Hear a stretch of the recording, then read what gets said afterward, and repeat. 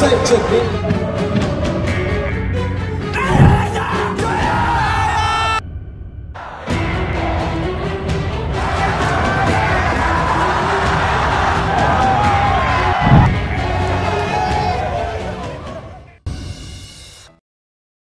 Breaking news, Eredivisie sebut Ula Romeni keturunan Indonesia, pertanda gabung timnas Indonesia? Unggahan akun resmi Eredivisie Indonesia mengenai Ula Romeni, winger FC Utrecht yang memiliki keturunan Indonesia, menjadi perbincangan yang menarik dalam konteks sepak bola internasional, khususnya terkait naturalisasi pemain. Fakta bahwa Romeni memiliki darah Indonesia membuka harapan di kalangan netizen tanah air bahwa ia bisa memperkuat timnas Indonesia di masa depan. Potensi naturalisasi dan peluang bagi timnas Indonesia, seiring dengan meningkatnya kinerja Romeni di Eredivisie musim 2024 hingga 2025, di mana ia telah mencetak 2 gol dari 7 penampilan dan membantu FC Utrecht berada di posisi kedua klasemen sementara. Banyak yang berharap bahwa performa cemerlangnya ini dapat mendorong proses naturalisasinya.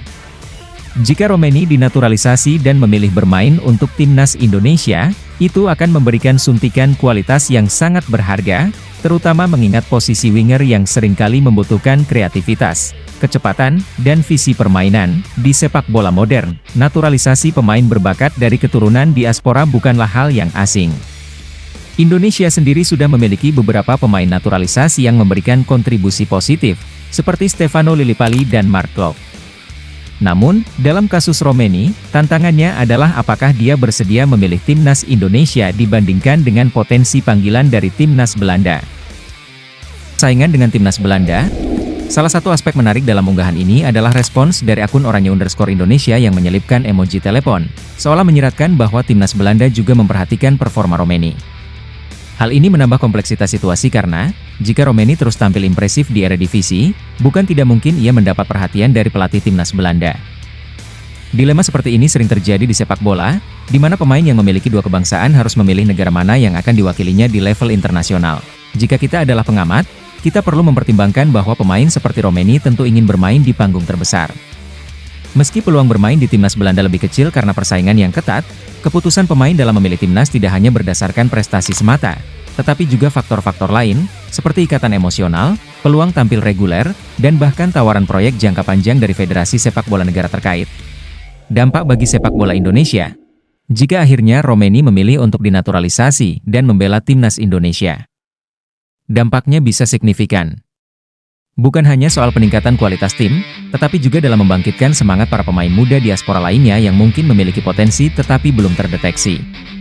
Kehadiran pemain seperti Romeni juga bisa menjadi pendorong bagi perkembangan sepak bola Indonesia secara keseluruhan, baik dari segi taktik, standar permainan, maupun eksposur internasional. Namun, langkah ini tentu tidak bisa terburu-buru. Sebagai pemain yang masih berusia 24 tahun dan memiliki prospek cerah di Eropa, Romeni mungkin ingin mempertimbangkan semua opsi dengan matang. Naturalisasi haruslah menjadi keputusan yang didasari oleh komitmen jangka panjang, bukan sekadar desakan netizen atau harapan sesaat. Ula Romeni, dengan performanya yang kian meningkat, memang menarik perhatian, baik dari Indonesia maupun mungkin juga dari Belanda. Keputusan akhir berada di tangan sang pemain, apakah dia akan memilih jalan naturalisasi untuk membela Garuda, atau terus memperjuangkan tempat di timnas Belanda. Yang jelas, potensi ini memberikan dinamika baru bagi perkembangan sepak bola Indonesia, sekaligus tantangan bagi PSSI dalam mendekati pemain keturunan yang berkarier di luar negeri. Desakan agar Ula Romeni segera memperkuat timnas Indonesia semakin kuat setelah lini depan Garuda mengalami kesulitan dalam mencetak gol. Kekalahan 1-2 dari Cina di kualifikasi Piala Dunia 2026 menjadi bukti nyata bahwa lini serang timnas Indonesia, yang diisi oleh Ragnar Oratmangoen dan Rafael Struijk, belum mampu tampil maksimal.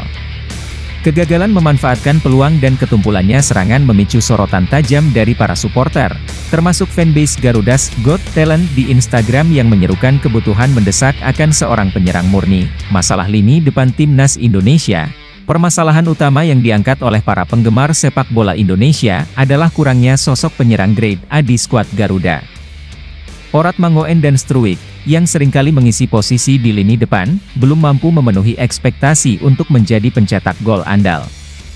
Ini menjadi masalah berkelanjutan yang dihadapi oleh pelatih Shin Tae-yong, terutama karena Struijk sebenarnya adalah seorang pemain sayap alami, bukan penyerang tengah. Kritik ini semakin menekan Shin Tae-yong untuk mencari solusi segera, dan salah satu opsi yang banyak diinginkan oleh supporter adalah mendatangkan Ula Romeni. Dengan statusnya sebagai pemain keturunan Indonesia yang tengah bersinar di FC Utrecht, para penggemar berharap kehadirannya bisa menjadi jawaban atas masalah serangan timnas yang buntu.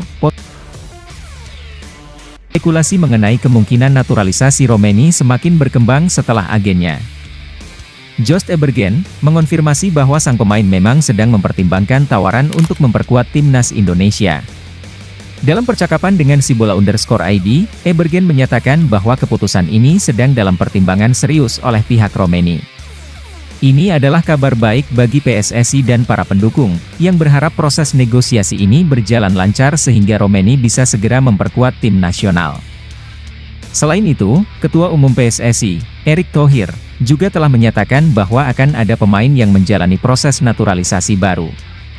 Saat ini, Kevin Dix sudah dikonfirmasi untuk proses tersebut, tetapi publik kini menantikan apakah Romeni juga akan dimasukkan ke dalam daftar naturalisasi berikutnya. Tantangan ke depan. Namun, proses naturalisasi dan keputusan pribadi pemain tidak selalu sederhana. Meski minat dari Indonesia besar, Romeni juga mungkin mempertimbangkan kesempatan bermain untuk timnas Belanda. Dengan persaingan yang ketat di timnas negara asalnya, peluang bermain reguler di Indonesia bisa menjadi daya tarik. Tapi, keputusan akhir akan sangat bergantung pada ambisi dan prioritas sang pemain. Apakah lebih memilih peluang tampil lebih sering di tingkat internasional bersama Indonesia, atau tetap berjuang untuk meraih tempat di skuad Belanda? Kembangan ini akan menjadi fokus utama bagi PSSI dan seluruh penggemar sepak bola Indonesia. Romeni memiliki potensi untuk menjadi pemain kunci bagi Indonesia, yang berharap penambahan Romeni dapat meningkatkan kualitas skuad Garuda dalam menghadapi tantangan ke depan, terutama di kualifikasi Piala Dunia 2026. Bagaimana menurut Anda Sobat Garuda? Tulis di komentar.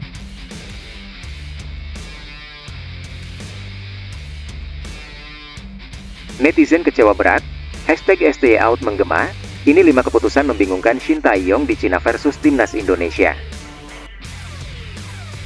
Shin Tae-yong mendapat sorotan usai Timnas Indonesia kalah 1-2 dari Cina pada laga lanjutan putaran ketiga kualifikasi Piala Dunia 2026 zona Asia. Timnas Indonesia gagal meraup tambahan poin dari Qingdao. Padahal merujuk performa di 3 laga sebelumnya, Timnas Indonesia diharapkan bisa merebut kemenangan perdana di babak ketiga kualifikasi Piala Dunia 2026 saat menghadapi Cina. Shin Tae-yong melakukan sejumlah rotasi terhadap tim inti pada laga kali ini. Lantaran Timnas Indonesia menelan kekalahan, pertanyaan pun banyak mengalir terkait keputusan Shin Tae-yong. Usai laga, kritikan tertuju kepada Shin Tae-yong yang dinilai salah memasang starting line up hingga membuat permainan skuad Garuda tak berkembang. Bahkan ada suara-suara yang menginginkan PSSI memecat Shin Tae-yong dari kursi pelatih Timnas Indonesia. Dalam laga tersebut, ST memang banyak mengubah komposisi pemain dari sebelumnya saat bermain imbang melawan Bahrain dengan skor 2-2. Sandy Walsh, Tom Haye, dan Malik Rizaldi yang pada laga sebelumnya bermain sebagai starter kini disimpan di bangku cadangan. Pemain tersebut digantikan posisinya oleh Shain Patinama, Asnawi Mangkualam, dan Witan Sulaiman. Alhasil, keputusan ini dinilai banyak pihak merupakan blunder yang akhirnya membuat Timnas Indonesia kalah dari Cina. Tagar Stiot pun sempat trending di media sosial X, karena ketidakpuasan beberapa supporter atas performa Timnas Indonesia. Shin Tae-yong dinilai tidak mampu meracik strategi dengan tepat, meski sudah memiliki pemain-pemain berkualitas. Terkait tuntutan beberapa pihak agar Shin Tae-yong segera dipecat, Coach Justin akhirnya buka suara lewat akun media sosialnya. Menurut Coach Justin, tidak ada alasan pelatih asal Korea Selatan ini untuk dipecat oleh PSSI, karena Timnas Indonesia masih berada di jalur tepat. Timnas baru kalah 1 kali dalam 4 match langsung, ada suara-suara ganti ini itu. Kalian pikir bangun tim itu nggak butuh proses? Kocak, tulis Coach Justin dikutip dari laman X-nya, Rabu 16 Oktober. Dikutip CNN Indonesia, berikut keputusan Shin Tae-yong yang dianggap membingungkan di laga Cina versus Indonesia. 1. Eliano Reijers tak masuk daftar 23 pemain. Eliano Reijers tidak masuk dalam daftar 23 pemain untuk lawan Cina. Hal ini jadi salah satu pertanyaan yang mengapung. Bila keputusan ini murni karena pertimbangan teknis, hal ini jadi makin dipertanyakan mengingat Sandy Walsh juga disebut tidak dalam kondisi 100% bugar. Eliano padahal bisa jadi sosok pengganti untuk posisi wingback kanan saat Timnas Indonesia butuh perubahan. 2. Tom Haye tidak main sebagai starter. Dengan usia 29 tahun, Hom Haye seharusnya bisa jadi salah satu pemain paling berpengalaman di timnas Indonesia. Namun Tom Haye tidak dipilih Shin Tae-yong sebagai starter. Tom Haye baru masuk di babak kedua saat timnas Indonesia tertinggal 2 gol. Tom Haye pada akhirnya jadi sosok yang mencetak 1 gol balasan untuk timnas Indonesia di babak kedua. Dalam beberapa pertandingan timnas Indonesia, Tom Haye tidak bermain penuh. Mungkin faktor kekuatan fisik bisa jadi alasan, tetapi bila itu yang jadi pertimbangan, Hom Haye dinilai banyak orang seharusnya lebih dulu dimainkan sebagai pemain inti lalu ditarik keluar ketika sudah kelelahan. 3. Tidak memainkan penyerang saat kuasai permainan dan mengejar ketinggalan, timnas Indonesia menguasai permainan di babak kedua. Dalam momen krusial ini, timnas Indonesia tidak menurunkan sosok striker seperti Dimas Derajat yang ada di bangku cadangan sebagai target man di kotak penalti. Karena STY sudah menggunakan 3 pergantian di awal babak kedua, ia hanya punya 2 pergantian pemain lagi di sepanjang babak kedua. Pergantian itu digunakan untuk memasukkan Malik Rizaldi dan Pratama Arhan. 4. Asnawi Mangkualam terlalu lama dipasang saat tak dalam performa terbaik. Harus diakui Asnawi Mangkualam tidak bermain di level terbaik miliknya saat diturunkan sebagai pemain inti lawan Cina. Namun Shin Tae-yong tidak segera menarik keluar kapten timnas Indonesia tersebut. Asnawi sering kehilangan momentum ketika timnas Indonesia menyusun serangan. Meski demikian, Shin Tae-yong masih mempercayakan posisi tersebut pada Asnawi hingga menit ke-85. Asnawi Mangkualam tidak tampil dalam performa terbaik saat menghadapi Cina. Bung Binder, ia menilai Asnawi Mangkualam diperlukan untuk melakukan serangan cepat di sisi kanan. Oke, Asnawi bagus dalam build up, tapi lagi-lagi kenapa terlalu lama menguasai bola? Kenapa? Seharusnya bola itu bisa cepat dideliver, jelas Bung Binder. Ya mungkin pressing, kalau pressing coba kasih bola kembali ke belakang, jelanjutnya. Seharusnya bola langsung dikirim dengan cepat oleh Asnawi Mangkualam. Bukan malah mengontrol dalam waktu yang cukup lama, sehingga memberikan waktu pemain Cina berhasil menutup celah pertahanan. 5. Rizky Ridho ditempatkan di bangku cadangan di awal laga. Shin Tae-yong memutuskan menempatkan Rizky Ridho sebagai cadangan dalam laga lawan Cina. Hal ini jelas lantaran STY ingin memberi ruang pada Shane Patinama sebagai wingback kiri namun tidak ingin menempatkan Kelvin Verdong sebagai pemain cadangan. Padahal setelah Jordi Amat dipastikan cedera, banyak yang meyakini Rizky Ridho bakal main mendampingi Jai Itzes dan Mes Hilgers sebagai bek tengah. Rizky Ridho baru bermain di awal babak kedua saat Indonesia sudah ketinggalan 2 gol. Padahal di laga-laga sebelumnya ketika Jai Itzes dan Ridho diduetkan bersama Indonesia tak pernah keboloan duluan. Di laga ke depan, Shin Tae-yong memang sepertinya harus memilih memainkan salah satu Kelvin Verdong atau Shane Patinama sebagai wingback kiri dengan tidak mengorbankan posisi bek tengah agar keduanya bisa bermain bersamaan. Terlepas hal itu, ada kabar menggembirakan bagi timnas Indonesia. Timnas Indonesia ketiban untung, hasil Arab Saudi versus Bahrain di kualifikasi Piala Dunia imbang 0-0. Timnas Indonesia ketiban untung setelah Arab Saudi dan Bahrain hanya mampu meraih hasil imbang pada lanjutan grup C ronde ketiga kualifikasi Piala Dunia 2026 zona Asia. Rabu, 16 Oktober 2024, dini hari WIB. Bahkan, Arab Saudi sempat mendapatkan penalti pada menit ke-17 setelah wasit mereview video assistant referee, VAR. Sayangnya eksekusi penalti Salem Al-Dawsari masih dapat ditepis oleh kiper Bahrain, Ibrahim Lutfalla. Hingga waktu penuh, serangan sporadis dari Arab Saudi pun masih belum mampu membuahkan hasil. Meski mendapatkan tambahan waktu 11 menit di penghujung laga, namun penyelesaian akhir pemain Arab Saudi yang kurang klinis membuat mereka tak mampu mencetak gol hingga akhir pertandingan. Alhasil, skor kacamata alias imbang 0-0 pun menjadi hasil akhir duel Arab Saudi versus Bahrain di laga ini. Hasil imbang ini membuat Arab Saudi gagal bangkit setelah kekalahan kontra Jepang pada matchday kedua lalu. Sementara bagi Bahrain, hasil ini merupakan imbang kedua kalinya secara beruntun setelah pertandingan kontra timnas Indonesia kemarin. Visi ini membuat Arab Saudi kini tertahan di peringkat ketiga klasemen grup C dengan koleksi 5 poin, sedangkan Bahrain berada tepat di bawahnya dengan koleksi poin yang sama.